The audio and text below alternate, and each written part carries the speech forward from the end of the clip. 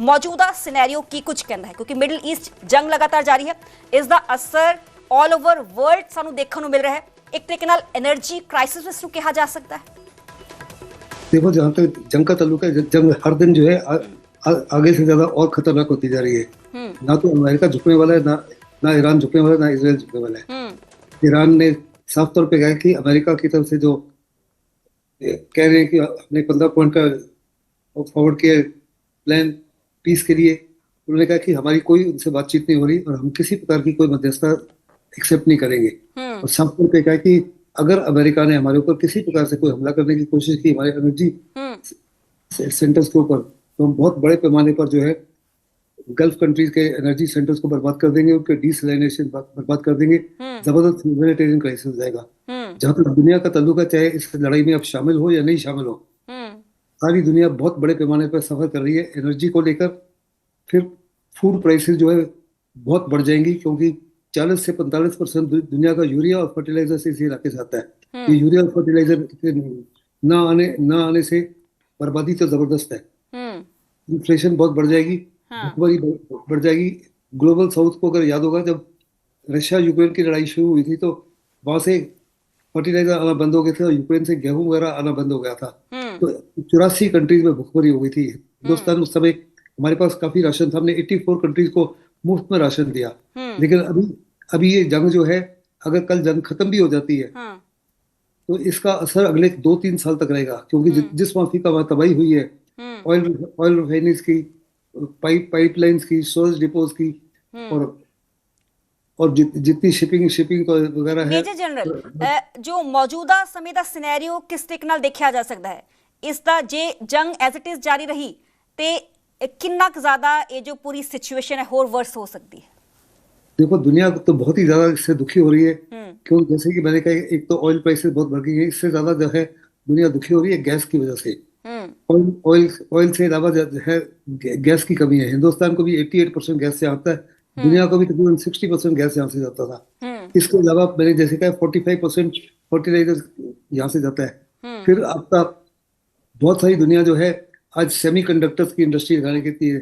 Semiconductors का raw material भी 45% helium चाहिए होता है, वो भी यहाँ से आता है। फिर हमारी जो प्लास्टिक इंडस्ट्री है दुनिया भर की, प्लास्टिक इंडस्ट्री का भी रॉ मटेरियल 40 से 45% यहाँ से आता है। फिर हिंदुस्तान जेनरिक मेडिसिन का दुनिया में सबसे बड़ा एक किस्म से हब है। हमारी 40 to 45% जेनरिक मेडिसिन बनती है, उसका भी रॉ मटेरियल इसी जगह से आता है।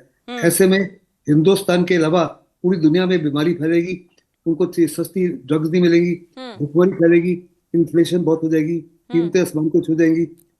और दुनिया में देखो, सारे देशों में राशनिंग हो गई है पेट्रोल की वजह से कुछ देशों में इमरजेंसी घोषित कर दिया है।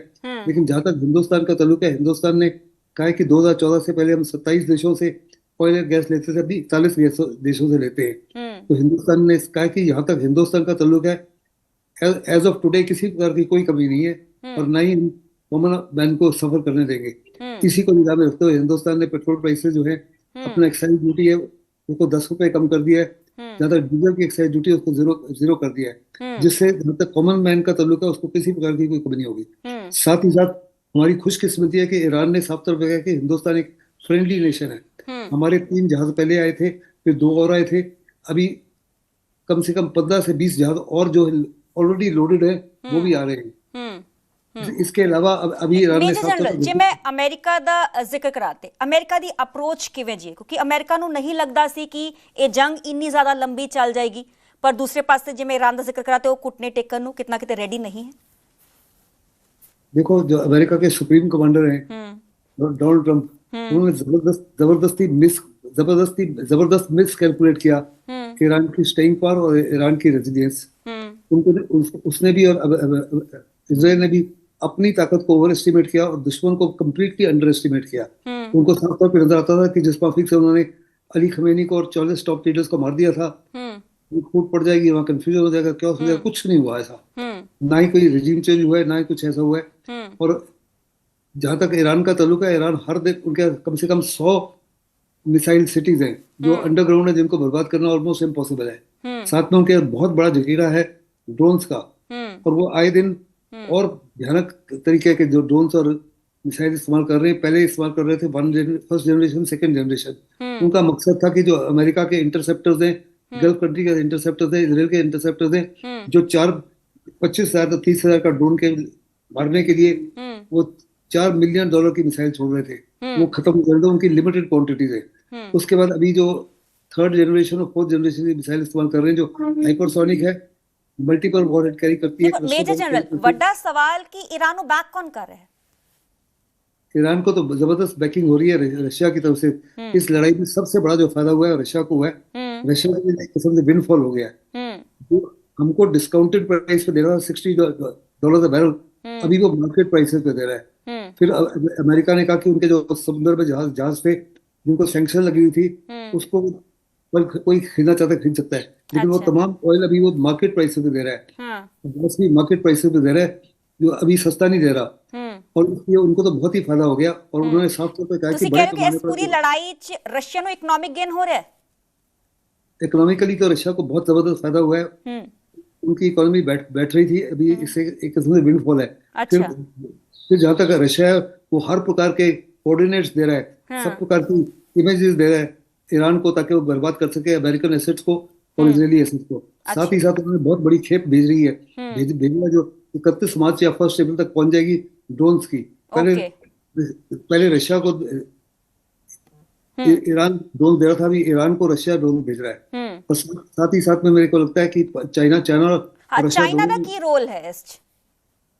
देखो, चाइना ने ऑफिशियली तो डोनाल्ड ट्रम्प चाइना जा रहे हैं चाइना हम्म कुछ ऐसा कदम नहीं उठाना चाहता जिससे चाइना को और नुकसान हो। हम्म लेकिन मेरे को पक्का यकीन है कि चाइना भी हर प्रकार की उनको सहायता कर रहा है, हम्म उनको सैटेलाइट इनपुट्स दे रहा है, और हम्म हो सकता है कि उनको हाइपरसोनिक मिसाइल भी क्लैंडस्टाइनली दे रहा हो। हाँ लेकिन चाइना इसके बारे चुप्पी खानी हुई है, चपी चाइना कुछ बोलता नहीं है, हम्म और चुप ਹਾਂ किसी प्रकार से ਕਿਉਂਕਿ लड़ाई में ਡੋਨਲਡ ਟਰੰਪ ਕਿਤਾ ਕਿਤੇ ਨੇਟੋ ਕੰਟਰੀਜ਼ ਤੇ ਵੀ ਖਫਾ ਨੇ ਕਿ ਉਹਨਾਂ ਨੇ ਖੁੱਲ ਕੇ ਉਹਨਾਂ ਦਾ ਸਮਰਥਨ ਨਹੀਂ ਕੀਤਾ।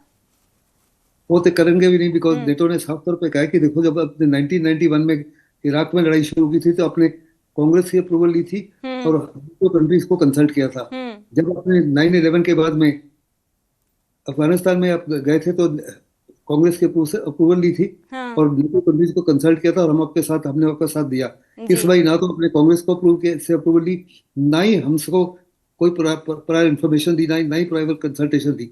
इसलिए ये जंग हमारी नहीं है, ये जंग आपकी है। हम्म तो यूरोप ने भी साफ तौर पे कहा है कि जंग जो है, यूरोप हम्म की जंग नहीं है, ये आपकी जंग है। हम हम्म किसी फिर अमेरिका ने अपने एलाइज के पास में गए, ऑस्ट्रेलिया के पास में गए, हाँ साउथ कोरिया, जापान, उन्होंने भी साफ तौर पे कह दिया ये जंग हमारी नहीं है। हम्म चाइना को भी अपील किया, लेकिन चाइना ने भी हम्म अभी तक चुप्पी ठानी हुई है, कुछ नहीं। हम्म यानी दूसरे लफ्जों में डोनाल्ड ट्रंप जो है बिल्कुल अलग थलग पड़ गए हैं। फिर उन्होंने पहले कहा कि नेटो कंट्रीज है कॉवर्ड्स हैं, हम्म डरे हुए हैं। लेकिन अभी उन्होंने जब देखा कि नेटो के रुख में कोई तब्दीली नहीं आ रहा, फिर उन्होंने कहा कि हमको नेटो नेटो की मदद ही नहीं चाहिए। हम्म अभी फिर जर्मन के प्रेसिडेंट जो है, चांसलर जो है मर्ज ने, उन्होंने साफ तौर पे कहा है कि नेटो अमेरिका के साथ में मिला के एक रवैया बना सकता है, G7 कंट्रीज एक रवैया बना सकते हैं। हम्म आगे क्या करेंगे, लेकिन किसी प्रकार से जंग में शामिल नहीं होना चाहेंगे। हम्म और वो साफ तौर पे कहते हैं कि दुनिया की जो सबसे पावरफुल नेवी है, हाँ जो अमेरिका की नेवी है, अगर वो स्ट्रेट ऑफ हॉर्मूज नहीं खुला सकती। ਮੇਜਰ ਜਨਰਲ ਇਹ ਜੋ ਪੂਰੀ ਵਾਰ ਹੈ ਈਰਾਨ ਇਜ਼ਰਾਈਲ ਤੇ ਅਮਰੀਕਾ ਦੇ ਵਿਚਾਲੇ, ਜੋ ਦੂਸਰੇ ਮਿਡਲ ਈਸਟ ਕੰਟਰੀ ਸੀ ਕਿ ਉਹਨਾਂ ਨੂੰ ਜ਼ਬਰਦਸਤੀ ਇਸ ਪੂਰੀ ਵਾਰ 'ਚ ਘਸੀਟਿਆ ਗਿਆ ਹੈ? ਕਿਉਂਕਿ ਹਾਲ ਫਿਲਹਾਲ 'ਚ ਜੇ ਮੈਂ ਦੂਸਰੇ ਕੰਟਰੀਜ਼ ਦਾ ਜ਼ਿਕਰ ਵੀ ਕਰਾਂ ਤੇ ਅਮਰੀਕਾ ਨੂੰ ਵੀ ਕਿਤੇ ਨਾ ਕਿਤੇ ਸਪੋਰਟ ਕਰ ਰਹੇ ਹਨ, ਆਪਣੇ ਜੋ ਨੇਵਲ ਬੇਸਿਸ ਨੇ ਉਹਨਾਂ ਨੂੰ ਦਿੱਤੇ ਜਾ ਰਹੇ ਨੇ, ਉਹ ਯੂਜ਼ ਕਰ ਰਹੇ ਨੇ, ਇਸਤੇਮਾल कर रहे हैं। देखो, एक किस्म से ये लड़ाई लड़ाई बेसिकली इसराइल की लड़ाई है। अमेरिका को धोखे से इसराइल ने टैप कर दिया डोनाल्ड ट्रंप को। उनकी जबरदस्त कोशिश थी, पिछले प्रेसिडेंट्स बड़े काबिल थे, उन्होंने इसके जाल में नहीं फंसे, लेकिन डोनाल्ड ट्रंप फंस गए। साथ ही साथ जब जहां तक मिडिल ईस्ट का ताल्लुक है, अमेरिका के मिडिल ईस्ट में 30 बेसिस हैं, और इन बेसिस के माध्यम से अमेरिका जो है ईरान के ऊपर हमला कर रहा था। ईरान ने ये तमाम बेसिस को डिस्ट्रॉय किया, बहुत जबरदस्त तबाही मचाई है। 30-17 तो कम्प्लीटली वाइप आउट हो गए हैं, बाकी 13 जो है उनमें काफी नुकसान हुआ है। जितनी भी एम्बेसीज है अमेरिका की मिडिल ईस्ट में, उन सबको डिस्ट्रॉय किया है। उनको काफी से ज्यादा नुकसान हुआ है। अभी अमेरिका के जो लोग हैं जो मिडिल ईस्ट में थे, वो होटल्स में और ऐसे छोटे छोटे घरों में से काम कर रहे हैं। उनकी कितनी कैजुअलिटीज हुई है उसका जिक्र तो नहीं हुआ, लेकिन नहीं मेजर जनरल कि वाकई ही अमेरिका हुन जो ट्रूप्स ने, ग्राउंड ट्रूप्स ने, ਉਹ ਉਤਾਰਨ ਦੀ ਤਿਆਰੀ ਕਰ ਰਿਹਾ ਹੈ ਮਿਡਲ ਈਸਟ 'ਚ। मेरे मुताबिक अमेरिका ये गलती नहीं करेगा, क्योंकि कोई कोई भी मिलिट्री कमांडर होता है, चाहे आप देखो ऑपरेशन सिंदूर में डोनाल्ड ट्रंप सुप्रीम कमांडर है, वो अपनी रणनीति घोषित नहीं करते। जी अमेरिका ने, डोनाल्ड ट्रंप ने तो कह दिया कि हम खड़ग आइलैंड को पकड़ सकते हैं। अगर वो इस गलती करें, खड़ग आइलैंड की सिक्योरिटी को उन्होंने बहुत मजबूत कर दिया है। हजारों मिसाइल जो है और कामिकाजे ड्रोन है वहां पॉइंटेड है। जैसे ही अमेरिकन ट्रूप्स आएंगे, मेरीन आएंगे, they will be absolutely massacred.